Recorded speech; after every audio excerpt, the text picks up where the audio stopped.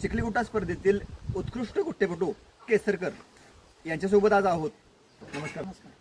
पहिल्यांदा तुमची ओळख करून द्या. माझं नाव सुनील शामराव केसरकर, राहणार आडोली, तालुका राधानगरी. चिखलीगुट्टा या स्पर्धेची सुरुवात तुमच्या आयुष्यात सुरुवात कशी झाली? सुरुवात म्हटलं तर आमची बैलजोडी स्वतः घरची असल्यामुळं आणि आमच्या वडिलोपार्जितच चिखलगुट्ट्याचा छंद आमच्या घरी होता. त्याच्यातून आमच्या शेतीची कामं आम्ही वडिलांच्या सोबत करत असताना म्हणजे आम्ही बैल हाकणे किंवा हे करणे असं शिकत गेलो आणि त्याच्यातूनच म्हणजे एवढी प्रबळ इच्छाशक्ती होती की आपण पण एक दिवस चिखलगुट्ट्यावर उभा राहावं असं वाटायचं नेहमीच. माझे गुरु म्हटलं तर वसंत हातकर यांनी मला चांगलं म्हणजे याच्यामध्ये धाडस निर्माण केलं. तसंच माझे युवा स्पोर्टचा जो मित्र परिवार आहे त्यांनी सुद्धा मला चांगलं पाठबळ दिलं. आणि पहिल्यांदा तुम्ही गुट्टा चालवायला बसलात, हां, तो कुठल्या तळीला किंवा ज्या दिवशी मी पहिल्यांदाच शेळपमध्ये उभा राहिलो, बरोबर, माझी स्वतःची जोडी होती, शाहीर आणि गण्या नावाचा बैल होता आणि त्या जोडीवरती मी उभा राहिल्यानंतर पहिल्याच दिवशी मी प्रथम क्रमांक मिळवला आणि माझ्या म्हणजे चिखलगुट्ट्यावर उभा राहण्याची सुरुवातच माझी प्रथम क्रमांकापासून झाली. आणि माझ्या स्वतःच्या वैयक्तिक जोडीवरती सुरुवात केल्यानंतर मग हळूहळू माझ्याकडं बाकीच्या म्हणजे दुसऱ्या इतर मालकांच्या जोड्या यायला लागल्या. पहिल्यांदा ज्यावेळी उत्कृष्ट गुट्टेपटू हा पुरस्कार मिळालेला किंवा बक्षीस मिळालेलं, त्यावेळी तुम्ही किती वेळा ती तळीचा ट्रॅक तुम्ही किती वेळा ते उतरला होता तळी? किती वेळा असं म्हणजे सांगता येणार नाही, कारण का बऱ्याचशा जोड्या आपल्याकडे येत होत्या. त्या दिवशी खरं म्हटलं तर माझी दोन बैलांच्या गळ्यात घातली होती आणि त्या दोन्ही पण जोड्या, एक जोडी प्रथम क्रमांक झालेली आणि एक जोडी चतुर्थ क्रमांक झालेली. आणि आमच्याच गावातली एक माझा मित्र बाजीराव सुताराम म्हणून आहे, त्यांच्या जोडीचा 3रा नंबर झाला होता. उत्कृष्ट गुट्टेपटू म्हणून पहिल्यांदा पुरस्कार मिळाला त्या दिवशी म्हणजे भरपूरच आनंद झाला थोडा. त्यानंतर मी पहिल्यांदाच म्हणजे उत्कृष्ट गुट्टापटू मिळालं त्या दिवशी ते माझं जे शिल्ड होतं ते मी माझे गुरु वसंत हातकर यांच्या पायावरती घेऊन ठेवलं. हळूहळू सगळ्यांना कळायला लागलं की बाबा उत्कृष्ट गुट्टेपटू सुनील केसरकर आहेत किंवा असं भागात नाव झालं.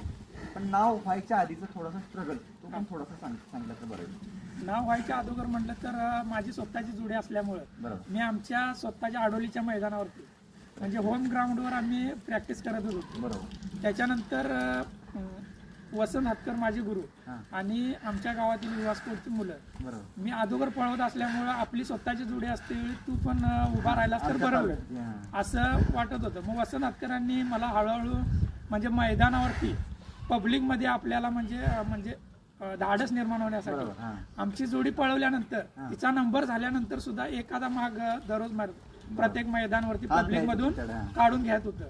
अशातूनच मला वसंत हातकरांनी म्हणजे चांगलं हे केलं. साधारणपणे तळीचा जो ट्रॅक असतो तो किती मीटरचा असतो? तसा ट्रॅक म्हटलं तर गगनबावडा शाहवाडी इकडं कमी जरा असतो, तो मला वाटतं 300-350 पर्यंत असेल. आमच्या इकडं 400 पासून 450 फुटापर्यंत आमच्या इकडचं म्हणजे ट्रॅक असतो. सुरुवातीच्या ज्यावेळेला म्हणजे सुरुवातीला बैलजोड तुम्ही हातात घेतला त्यावेळी पब्लिकचं डिप्रेशन होतं काय, माझ्या गाडीचा नंबर येणार हेच म्हणत होतं? पब्लिकचं असं काय डिप्रेशन होतं, कारण का माझी स्वतःची जोडी असल्यामुळे मला कोण असं विचारणार नव्हतं. तरी पण कसं आपल्या जोडीचं आपण ज्यावेळी आपल्यावरती म्हणजे एवढं विश्वासानं आपल्याकडे जोडी दिली त्या दिवशी आपल्याकडनं नंबर होणं महत्वाचं होतं. आणि योगायोगानं मी ज्या दिवशी पहिल्या दिवशी बैल पळवली त्या दिवशी पहिलाच नंबर झाला. आता असं वाटत असेल की कधीतरी बाबा तुमच्याकडे 2 जोड्या 3 जोड्या 4 जोड्या त्या ट्रॅकला पळवायला असतात स्पर्धे दिवशी, असं कधी होत नाही ना की बाबा जोडी जरा गेली पाहिजे, जोडी मागे गेली पाहिजे, असं कधी भेदभाव होत नाही? असं कधीच नाही. खरं म्हटलं तर मी ज्यावेळी म्हणजे चिखलगुट्ट्यावर उभा राहण्याचा निर्णय घेतला त्या दिवशी माझे मित्र बबन पाटील आणि शिवाजी जाधव ही दोघं पण होती. त्या दिवशी आमचं असं ठरलं की हा जो बैल आहे हा महादेवाचा नंदी आहे आणि आपण ज्यावेळी उभा राहणार त्यावेळी आपल्या रवळनाथाला आणि महादेवाला स्मरूनच म्हणजे उभा राहायचा आहे. आणि कोणाचीही जोडी असू दे आपण ज्यावेळी गुट्ट्यावर उभा राहणार ती आपली म्हणूनच पळवायची अशी आपण म्हणजे शपथ घेतल्या. आतापर्यंत आपण म्हणजे असं कधी मनात कोणाच्या जोडीबद्दल आलंच नाही. ज्यावेळी त्या गुट्ट्यावरती उभा असता आणि ट्रॅक 450 मीटरचा तुमच्या डोळ्यासमोर दिसतोय, पब्लिक वगैरे ओरडतेला काही ऐकू येत नाही, त्यावेळी तुम्ही आणि तुमची बैलजोड तुमच्या तिघांच्या हृदयाचे ठोके एक समान पडताना तुम्हाला जाणवते? एक समान म्हणलं तर ज्यावेळी आम्ही स्टार्टअप घेतोय बरोबर त्यावेळी कसं असतंय, आमच्या समोर जे सोडणारे जे 2 व्यक्ती असतात बरोबर ती 2 जण आणि माझी 2 बैल आणि मी, असं आमचं 5 जणांचं कॉम्बिनेशन असतं खरं म्हणलं तर. आणि खरं म्हणलं तर आपल्याला जर प्रथम क्रमांक म्हणजे वरचा जर नंबर मिळवायचा असेल तर ह्या 5 जणांचं ते सगळं टायमिंग जुळून आलं पाहिजे, म्हणजे मनापासून मनापासून सगळं व्हायला होणं पाहिजे गरजेचं. त्याच्यात. आणि त्याच्या म्हणजे कसा विषय म्हणलं तर आपला हे 1 सेकंड मध्ये 100 पॉईंट असतात आणि त्या 100 पॉईंट मध्ये आपण 1-2 पॉईंट 1 पॉईंटचा विचार करावा लागतो. मग आपण पापणी नव्हते तोपर्यंत 20-30 पॉईंटचा फरक पडत असतो. त्याच्यामुळे कसं बैल सुटते वेळी त्या दोघांची नजर आपल्याकडे पाहिजे आणि बैल तेवढ्या ताकदीनं तयार आहे की नाही हे म्हणजे आम्हाला पण कळायला पाहिजे.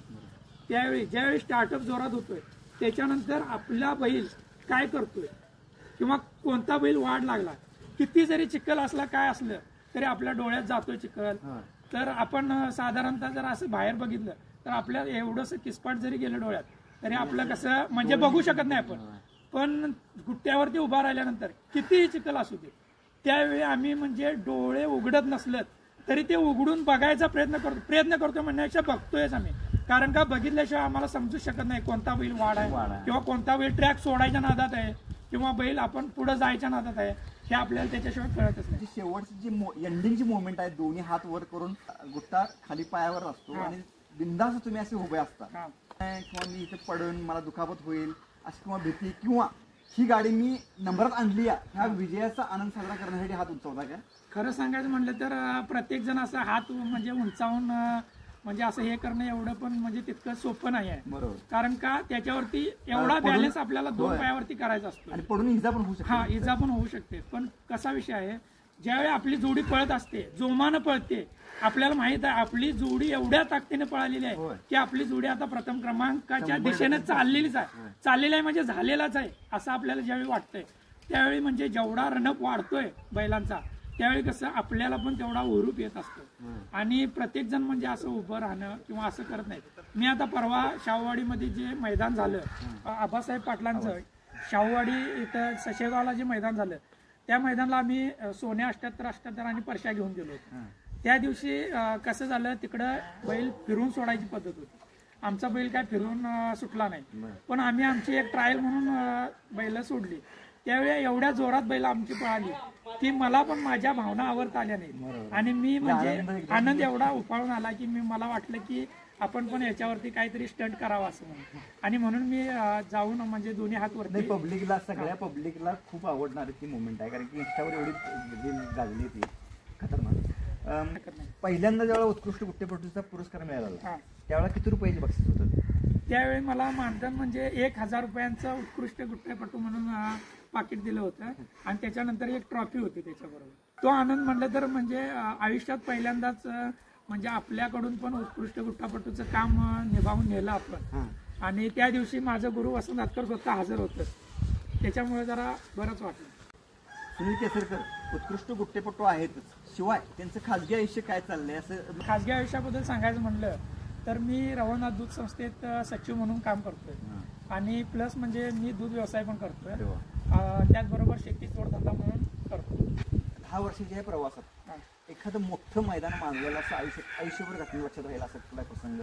मोठं मैदान म्हणलं तर माझ्यासाठी खरं म्हणलं तर सगळी मैदान मोठीच आहे.